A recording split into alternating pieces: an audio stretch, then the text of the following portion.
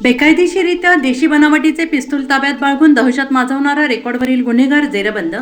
गुन्हे शाखा युनिट क्रमांक 1 ची कारवाई. माननीय श्री संदीप कर्णिक, पोलीस आयुक्त, नाशिक शहर यांच्याकडून देण्यात आलेल्या सूचनेनुसार माननीय श्री किरण कुमार चव्हाण, पोलीस उपायुक्त, गुन्हे शाखा, माननीय श्री संदीप मिटके,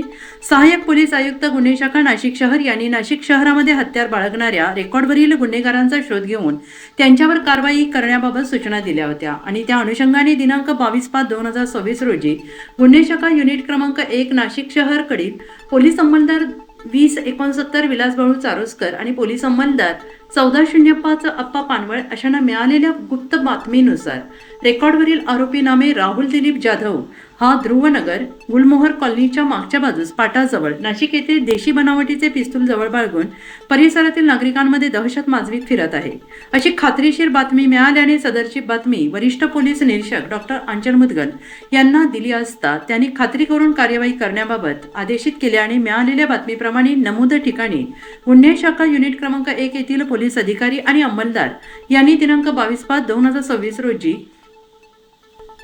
सदर ठिकाणी जाऊन खात्री केली असता रेकॉर्डवरील आरोपी नामे राहुल दिलीप जाधव, वय वर्ष 27, राहणार राजीवनगर, गोवर्धन गाव, गंगापूर, नाशिक याने स्वतःचे कब्जात विनापरवाना बेकायदेशीरित्या देशी बनावटीचे पिस्तूल, मॅगझिन आणि त्यातील 2 जिवंत काडतूस असा एकूण 30,500 रुपये किमतीचे मुद्देमाल हस्तगत करण्यात आला आहे.